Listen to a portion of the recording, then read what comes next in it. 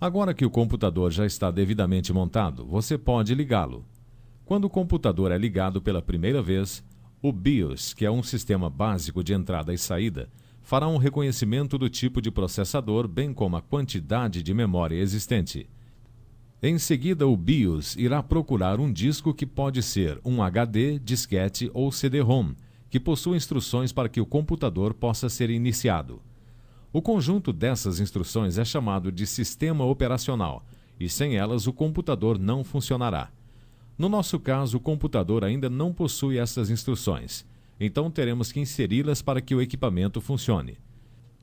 Antes de inserir tais instruções, deve-se executar o setup, que é um programa que já se encontra gravado no BIOS e que fará o reconhecimento e as configurações de alguns dispositivos de hardware presentes em seu computador. Para isso, tecle Delete ou Del quando a mensagem Press Del to Enter Setup aparecer na tela. Geralmente, esta mensagem surge no momento em que o computador estiver fazendo a contagem das memórias. Existem vários tipos de setup. O computador que estamos usando possui o modelo Onward, que você irá conhecer no próximo tópico. A maioria dos computadores atuais já reconhece automaticamente quase todos os componentes instalados, o que ocasiona uma utilização mínima do setup. Baseado nisso, vamos conhecer as principais funções e como se proceder para navegar no setup. Veja. A tecla ESC serve para encerrar ou sair, não só do setup, como também das subopções. Quando usamos esta opção, o setup pede uma confirmação se deseja sair sem salvar as alterações. Para sair e não salvar as alterações, tecle Y, ou seja, Yes. As setas de movimentação do teclado servem para selecionar os itens. Ao selecionar, tecle Enter para entrar nas opções. Para entrar na opção Standard CMOS, use as teclas de movimentação para selecioná-la e tecle Enter. A opção Standard CMOS Features é uma das principais funções do setup, pois faz a configuração básica do sistema, que envolve data, hora, disco rígido, drives de disquete, vídeo e total de memória existente. Nesta opção, verifique que o BIOS automaticamente reconheceu todos os componentes instalados.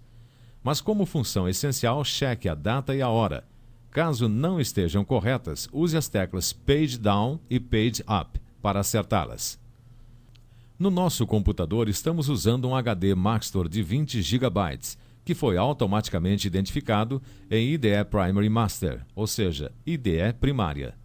Observe também o reconhecimento do drive de disquete de 1.44 MB e da quantidade de memória usada pelo sistema. Para sair desta opção, tecle ESC. Para que possamos iniciar o processo de configuração, formatação e instalação do sistema operacional no HD, primeiramente iremos precisar de um disco de inicialização, que contém os arquivos iniciais de preparação do sistema, pois sem estes arquivos é impossível realizar qualquer tarefa. O computador somente reconhecerá a existência de um disco de inicialização no Drive A se estiver devidamente configurado para esta tarefa. Esta configuração é chamada de sequência de boot, e para configurá-la é muito simples. Neste exemplo, vamos estabelecer que o Drive A, ou seja, a unidade de disquete, será o primeiro local onde o computador irá procurar pelas instruções, e o nosso HD será o segundo local. Observe. Acesse Advanced BIOS Features e procure a opção First Boot Device, averiguando se está configurada com a denominação floppy. Caso não esteja, utilize as teclas Page Down e Page Up para selecionar a opção. Em alguns modelos de setup, esta opção é denominada Drive A. Na opção Second Boot Device, selecione HDD 0. Caso seja necessário configurar o boot do sistema pelo CD-ROM, escolha a opção de mesmo nome em First Boot Device. Ao final, tecle ESC para retornar à tela principal do setup. Após a realização das verificações e configurações, você deverá salvá-las e sair do setup. Para isso, execute os seguintes procedimentos. Selecione a opção Save and Exit Setup. Tecle Enter. Observe a mensagem apresentada nesta pequena caixa. Tecle Y de Yes para salvar e sair do setup, ou N de No para permanecer no setup. Em seguida, tecle Enter. Existe também a opção Exit Without Saving, que encerra o setup, porém não salva nenhuma alteração que tenha sido realizada. Esta opção pode ser usada apenas para reconhecimento de todas as telas e itens do setup.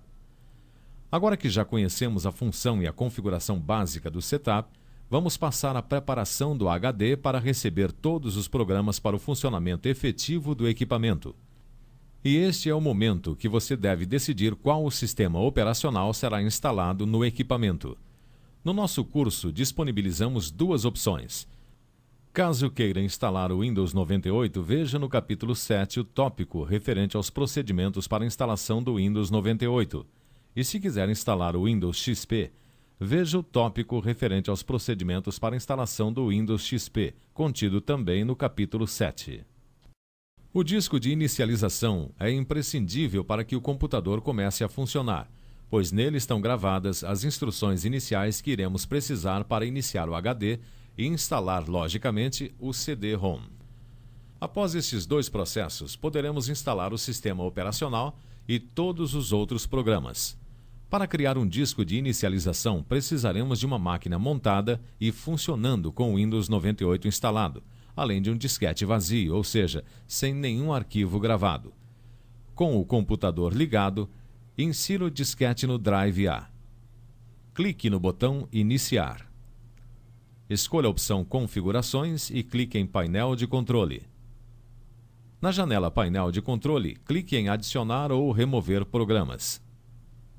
Clique na guia Disco de inicialização e em seguida no botão Criar disco. Na janela que solicita a inserção do disquete no Drive, clique em OK e aguarde a gravação completa do disco. Após a conclusão, retire o disquete do Drive. Agora podemos dar sequência aos nossos procedimentos. Chegou o momento de prepararmos o disco rígido ou HD para receber dados. Este procedimento usa o disco de inicialização criado e requer também que a opção First Boot Device seja configurada para floppy. Porém, não se preocupe com estes procedimentos, pois já foram realizados. Insira o disco de inicialização no Drive A e ligue o computador. Utilizando as setas de movimentação, selecione a opção Iniciar o computador com suporte a CD-ROM e tecle Enter. No prompt da unidade A, digite Fdisk e tecle Enter. O Fdisk é utilizado obrigatoriamente em disco rígido virgem. Nesta tela, mantenha a opção S de Sim e tecle Enter para que o suporte à unidade de grande capacidade seja ativado. Agora, escolha a opção 1 para criar uma partição ou uma unidade lógica do DOS e tecle Enter. Nesta outra tela, digite 1 e tecle Enter para escolhermos a opção Criar uma partição primária do DOS. Mantenha a opção S para utilizar o tamanho máximo do HD como uma única partição e torná-la ativa. A partição ativa é aquela onde o sistema operacional será instalado. Tecle Enter. Ao concluir o Fdisk, você deve desligar e reiniciar o computador, bastando teclar Ctrl+Alt+Del ou pressionar o botão Reset. Não retire o disquete de inicialização do Drive A. Mantenha selecionada a opção Iniciar o computador com suporte a CD-ROM e tecle Enter. O Fdisk não inicializa totalmente o HD. Portanto, todas as unidades que você criar ou modificar devem ser formatadas depois de reiniciar o sistema. Para isso, execute os seguintes procedimentos. No prompt da unidade A, digite Format C : e tecle Enter. No momento que você digitar os dois pontos, poderá aparecer um ponto de interrogação em sua tela. Se isto ocorrer, utilize a tecla C cedilha em substituição à tecla de dois pontos. Geralmente isso acontece porque o teclado ainda não se encontra configurado. A mensagem Aviso, todos os dados da unidade não removível C serão perdidos aparece na tela. Digite S para que o programa continue com a formatação. Assim que a formatação for concluída, escreva o nome do volume, ou melhor, do disco, e tecle Enter. Após a execução dos comandos Fdisk e Format, o disco rígido está pronto para a instalação do sistema operacional.